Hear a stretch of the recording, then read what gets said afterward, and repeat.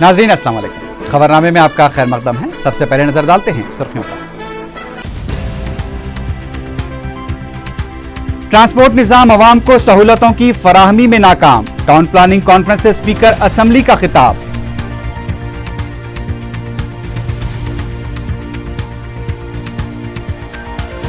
कांग्रेस हुकूमत ने किसानों की मदद के लिए जो इक़दाम किए हैं उसकी नजीर नहीं मिलती, इंदिरा बाटा प्रोग्राम में चीफ मिनिस्टर का दावा।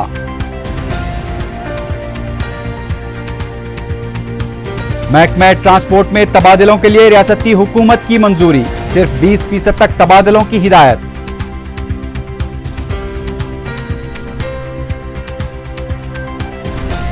और आरटीसी इंतजामिया और मुलाजिमीन के दरमियान बातचीत कामयाब, इंतजामिया को दी गई हड़ताल की नोटिस वापस।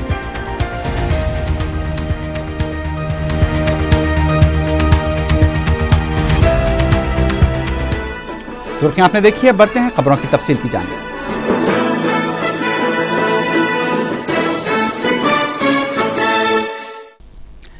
Institution of town planning of India के ज़ेर एहतमाम south zone conference 2012 jubilee hall Hyderabad में मुनक्किद हुई। रियासती असम्बली के स्पीकर एन मनोहर ने मेहमान खुसूसी की हैसियत से शिरकत की। वजीर बल्दी नज़्म नसक़ महिंदर रेड्डी के अलावा महकमा इमारत और शवारे और महकमा बल्दी नज़्म नसक़ के प्रिंसिपल सेक्रेटरीज और जुनूबी हिंद की रियासतों से आए हुए कई मंदूबीन कॉन्फ्रेंस में शरीक थे। स्पीकर असम्बली ने अपने खिताब में कहा कि जुनूबी हिंद का ट्रांसपोर्ट निज़ाम अवामी ज़रूरतों की तकमील में नाकाम है। यही वजह है कि अवाम की 2/3 अक्सरियत बल्कि 88% शहरी जाती सवारियों के जरिए सफर करते हैं।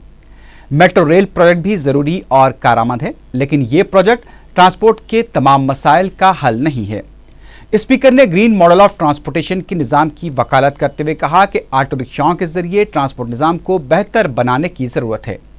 रियासती वजीर महिंदर रेड्डी ने अपनी तकरीर में कहा कि सड़कों की तोसी में 100 ता 200 फीट की कुशादगी का काम होना चाहिए, वरना इसी तरह हर साल 2 साल में तोसी का सिलसिला बरकरार रखना पड़ेगा और अवाम को जहमत होती रहेगी। उन्होंने कहा कि 25-30 साल पहले तैयार किए गए मास्टर प्लान पर अब अमल हो रहा है, जिसकी वजह से चंद महीनों के बाद ही दोबारा तोसी की जरूरत पड़ेगी। रियासती वजीर ने इस बात पर जोर दिया कि पॉलिसी वज़ा करते वक्त सियासी दबाव में नहीं आना चाहिए। Mitigating the suffering that we are all going through. Quite honestly, like I said earlier, coming up with the metro rail project in Hyderabad is definitely a great boon for a city of this size. Having looked at Delhi, having looked at Kolkata, having looked at how now Bangalore is getting geared up to launch their own metro, Hyderabad definitely needs the metro project.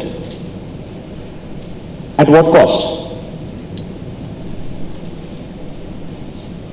This figure which I took from McKinsey again is about how the number of two-wheelers and cars together, I was quite astounded, contribute 88% in a city like Hyderabad. It's on the same road. And in the middle it came, this metro rail came now. And another expansion is required in most of the roads. Not only this metro rail passes in which, on those roads in which it passes, to make the traffic convenient during the construction time, we have to develop the other roads also to see that a free traffic flow should be there. So these are the problems, and really I came as a learner, not as a speaker, to learn. वज़ीर आला किरण कुमार रेड्डी ने कहा है कि किसानों को मदद पहुंचाने के लिए कांग्रेस हुकूमत ने जो इक़दाम किए हैं, अब तक किसी हुकूमत ने उस तरह के काम नहीं किए हैं। श्रीकाकुलम में इंदिरा बाटा प्रोग्राम में दूसरे दिन भी हिस्सा लेते हुए वज़ीर आला किरण कुमार रेड्डी ने कहा कि रियासत में किसानों को हज़ार करोड़ रुपए के खर्जात जारी किए गए हैं, जबकि किसी दूसरी रियासत में किसानों को इस तरह कर्जे फराहम नहीं किए गए। उन्होंने बताया कि किसानों को खर्जात की अदायगी पर हुकूमत पर 1400 करोड़ रुपए के मसारिफ आए हैं। इससे पहले वज़ीर आला किरण कुमार रेड्डी ने मुकामी स्टेडियम में बच्चों और नौजवानों के साथ क्रिकेट खेलते हुए उन्हें क्रिकेट से मुताल्लिक़ मालूमात फराहम की।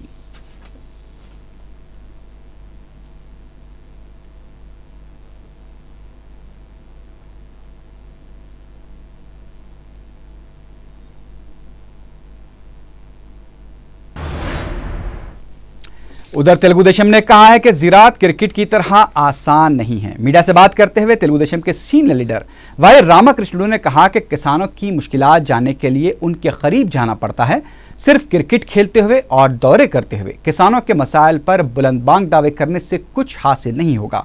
वज़ीर आला किरण कुमार रेड्डी की हुकूमत पर तनकीद करते हुए रामाकृष्णुडू ने कहा कि हुकूमत किसानों को खाद और तुखम फराहम करने में नाकाम हो गई है, वहीं फसलों की अकल तरीन कीमतें अदा करने में भी हुकूमत नाकाम हुई है।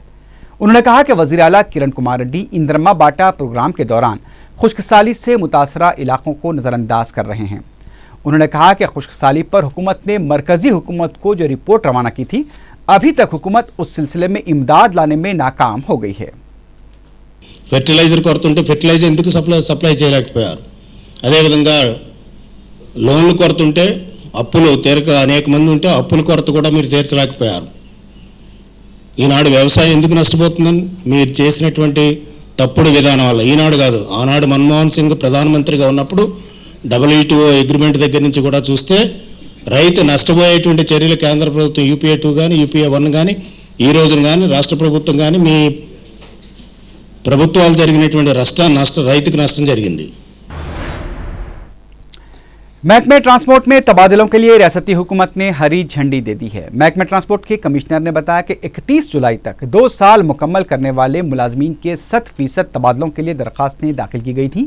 ताहम इस सिलसिले में हुकूमत ने हर जुमरे और शोबे में सिर्फ 20% तक तबादलों की हिदायत दी है। वाज़ेह किया गया है कि तबादले किए जाने वालों को TA और DA अदा नहीं किए जाएंगे।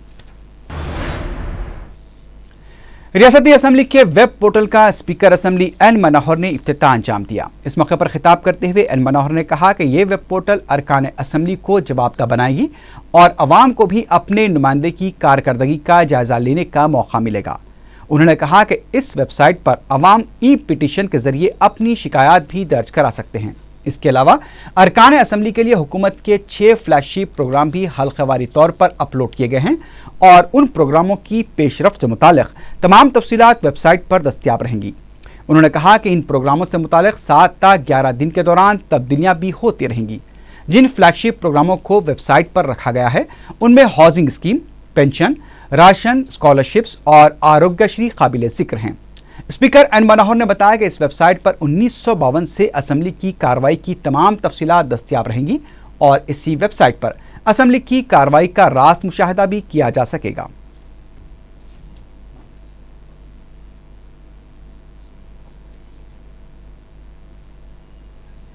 వ్యక్తిగతంగా మనం ఎవరైతే లబ్ధిదారులు మనం ప్రభుత్వం పథకాల నుంచి వాళ్ళు లబ్ధి పొందుతున్నారో వాళ్ళ పేర్లు వాళ్ళ ఫోటోలతో సహా మనం ఇందులో రూపొందించడం జరిగింది. ఇది ఒక విశేషమైన ప్రయత్నం. సభ్యులందరూ కూడా దీన్ని ఎంతో చక్కగా ఉపయోగించుకొని ప్రభుత్వం పనితీరులో విశ్వాసం కల్పించే విధంగా గ్రామాల్లో పర్యటిస్తున్నప్పుడు కానివ్వండి, మన వార్డులో పర్యటిస్తున్నప్పుడు కానివ్వండి, సహజంగా కొన్ని ప్రశ్నలు అనేక మంది అడుగుతూ ఉంటారు. ఆ ప్రశ్నలకి సమాధానం చెప్పే విధంగా ఈ వెబ్సైట్ ని మనం రూపొందించుకొని తక్షణమే వారికి సమాచారం అందేటట్టు మనం ఒక ప్రయత్నం చేస్తున్నాం. नायब वज़ीर आला दामोदर राज नरसिम्हा ने कहा है कि इंजीनियरिंग काउंसलिंग की तारीख से मुताल्लिक इतवार या पीर तक क़तई फैसला किया जाएगा। सेक्रेटेरिएट में कॉलेज इंतजामिया और आला अहदेदारों के साथ इजलास के बाद दामोदर राज नरसिम्हा ने बताया कि इतवार को महकमे आला तालीम के अहदेदारों के साथ एक इजलास मुनक़्क़िद होगा और काउंसलिंग की तारीख को ख़तियत दी जाएगी। उन्होंने बताया कि 6 अगस्त से काउंसलिंग के आगाज़ पर गौर किया जा रहा है, लेकिन क़तई तारीख का इतवार या पीर तक फैसला किया जाएगा। दक्कन मेडिकल कॉलेज से MBBS और MS करने वाले तालिब इल्म डॉक्टर JM फैसल को सुपर स्पेशलिटीज़ MCH के एंट्रेंस इम्तिहान में उस्मानिया यूनिवर्सिटी में पहला और रियासत में दूसरा रैंक हासिल हुआ है। डॉक्टर JM अफजल ने हफ्ते के दिन कायदे मजलिस लेजिस्लेटर पार्टी अकबरुद्दीन ओवैसी से दारुस्सलाम में मुलाकात की। इस मौके पर मौलाना अकबर निज़ामुद्दीन हुसैनी साबरी, मजलिसी अरकान मुक़न्नना सैयद अहमद पाशा खादरी, मोहम्मद मौज़म खां, सैयद अमीनुल हसन जाफरी के अलावा मोहम्मद यासीन PRO व दीगर मौजूद थे। रियासती वजीर हिंदू औकाफ C रामचंद्रयान ने रिमार्क किया है कि रियासत के अवाम चिरंजीवी को चीफ मिनिस्टर के ओहदे पर देखना चाहते हैं। वाज़ेह है कि C रामचंद्रया साबिक़ में प्रजाराज्यम के रुकन थे जो अब कांग्रेस में जम हो चुकी है। तिरुपति में कल्याण मंडपम की इफ्तिताही तकरीब से खिताब करते हुए रामचंद्रया ने कहा कि चिरंजीवी को बहैसियत चीफ मिनिस्टर देखने की अवाम की ख्वाहिश जल्द ही पूरी होगी। सीनियर रुकन राज्यसभा वी हनुमंतराव ने डिप्टी चीफ मिनिस्टर दामोदर राज नरसिम्हा की जानिब से पार्टी के दाखिली हालात का जायजा लेने के लिए इजलास तलब करने के तयक़ुन दिए जाने के बाद अपनी हड़ताल खत्म कर दी है। इस मौके पर मीडिया से बात करते हुए डिप्टी चीफ मिनिस्टर दामोदर राज नरसिम्हा ने बताया कि हनुमंतराव एक सीनियर लीडर हैं और उन्होंने पार्टी कारकुनों के मफादात के लिए जो मुतालबात किए हैं वो बिल्कुल हक बजानिब है। उन्होंने कहा कि अपने खामोश एहतजाज से मुताल्लिक़ वी हनुमंतराव ने उन्हें पहले ही मुतला किया था। दामोदर राज नरसिम्हा ने कहा कि नामजद ओहदों पर तकर्रुरात के सिलसिले में पार्टी के दाखिली जायजा इजलास में गौर किया जाएगा। इस मौके पर रियासती वजीर DL रविंद्र रेड्डी, साबिक सदर PCC K Keshav Rao, senior रुकन कौंसल आमोस के अलावा दीगर कायदीन ने भी वी हनुमंतराव से इजहार यगानगत किया। रियासती वजीर DL रविंद्र रेड्डी ने इस मौके पर कहा कि पार्टी के दाखिली इजलास में पार्टी कारकुनों के मसाइल का जायजा लिया जा सकता है। रुकन राज्यसभा वी हनुमंतराव ने इस मौके पर कहा कि डिप्टी चीफ मिनिस्टर दामोदर राज नरसिम्हा की जानिब से उन्हें पार्टी कारकुनों के साथ इंसाफ किए जाने का तयक़ुन दिए जाने के बाद ही उन्होंने अपना एहतजाज खत्म किया है। डिप्टी चीफ मिनिस्टर दामोदर राज नरसिम्हा ने शरबत पिलाकर हनुमंतराव के एहतजाज को खत्म करवाया। तेलंगाना के कांग्रेसी लीडर के केशव राव ने उम्मीद का इजहार किया है कि जारी साल सितंबर तक अलहदा तेलंगाना की तश्कील अमल में आएगी। रुकन राज्यसभा वी हनुमंतराव से हड़ताली कैंप पर इजहार यगानगत के बाद मीडिया से बात करते हुए केशव राव ने कहा कि मरकजी वजारत दाखिला की जानिब से हुकूमत को तेलंगाना की मुखालिफत में जो रिपोर्ट दिए जाने की खबरें मिली हैं उसे संजीदगी से नहीं लिया जाना चाहिए। उन्होंने कहा कि मरकजी हुकूमत ही इस सिलसिले में मुस्बित फैसला लेगी। केशव राव ने यह भी कहा कि वी हनुमंतराव ने कांग्रेस पार्टी के बेहतर मफाद के लिए भूख हड़ताल का आगाज किया है। उसे पार्टी की मुखालिफत नहीं समझनी चाहिए, क्योंकि हनुमंतराव का मकसद यही है कि पार्टी को मजबूत बनाने के लिए इक़दाम किए जाने चाहिए और उसके लिए सीनियर कायदीन से भी मुशावरत होनी चाहिए। AICC के सेक्रेटरी P सुधाकर रेड्डी ने सीनियर रुकन राज्यसभा वी हनुमंतराव के खामोश एहतजाज को मुस्बित करार दिया है। मीडिया से बात करते हुए सुधाकर रेड्डी ने कहा कि हनुमंतराव ने जिस मकसद के लिए एहतजाज किया है उसकी वजह हो सकती है। उन्होंने मरकजी वजारत दाखिला की जानिब से हुकूमत को तेलंगाना मुखालिफ रिपोर्ट दिए जाने की खबरों को मुस्तरद करते हुए कहा कि ऐसी किसी भी रिपोर्ट की उन्हें कोई इत्तला नहीं मिली है। नाज़रीन, अभी खबरें और भी हैं, लेकिन उससे पहले लेते हैं एक मुख्तसर सा वक्फा।